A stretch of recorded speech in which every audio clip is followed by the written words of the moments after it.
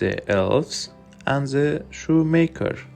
There was once a shoemaker who worked very hard and was very honest, but still he could not earn enough to live upon, and at last all he had in the world was gone, save just leather enough to make one pair of shoes.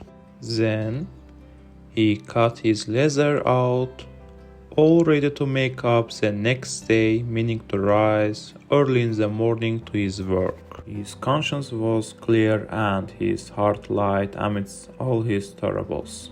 So he went peaceful to bed, left all his cares to heaven, and soon fell asleep.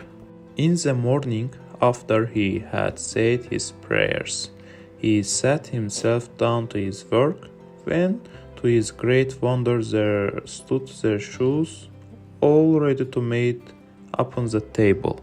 The good man knew not what to say or think at such an odd thing happening. He looked at the workmanship.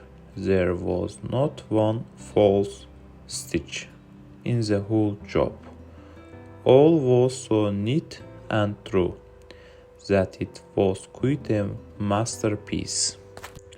The same day a customer came in, and the shoes suited him so well that he willingly paid a price higher than usual for them.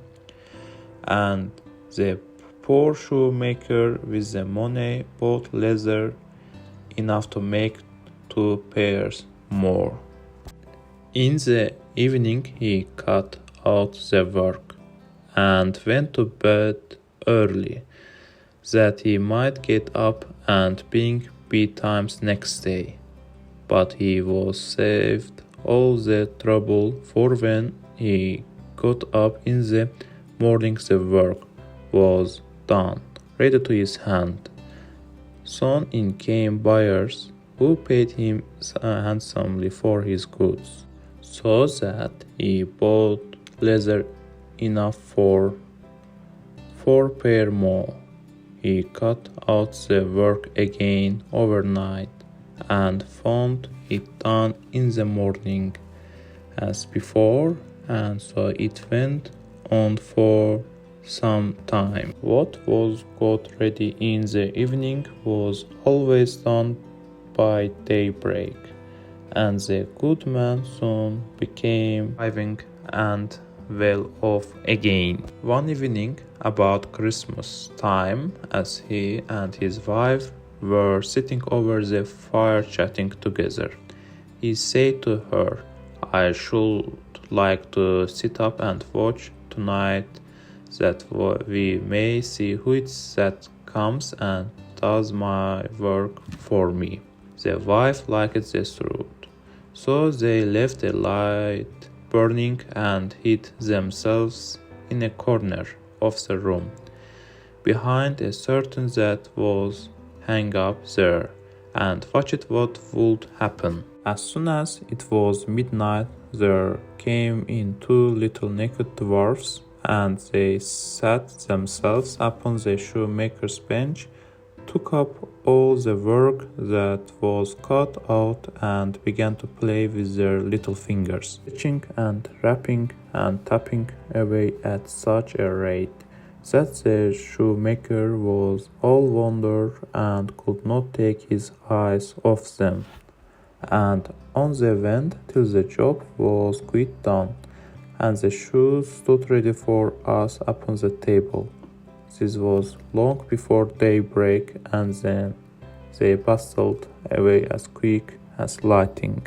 The next day the wife said to the shoemaker, "These little wights have made us rich, and we ought to be thankful to them, and do them a good turn if we can.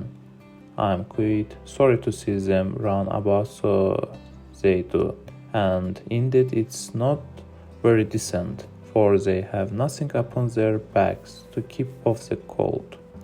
I will tell you what, I will make each of them a shirt and a coat and a pair of pantaloons into the bargain, and to make each of them a little pair of shoes. The suit pleased the good couple very much, and one evening when all the things were ready, they laid them on the table instead of the work that they used to cut out, and then went and hid themselves to watch what the little elves would do.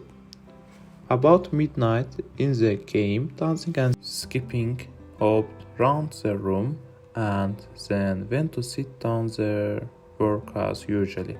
But when they saw the clothes lying for them, they laughed and chuckled and seemed mightily delighted. Then they dressed themselves in the twinkling of an eye, and danced and capered and sprang about as merry as could be, till at last they danced out at the door and away over the green. The good couple saw them no more, but everything went well with them from that time forward as long as they lived. The end. Thank you for listening.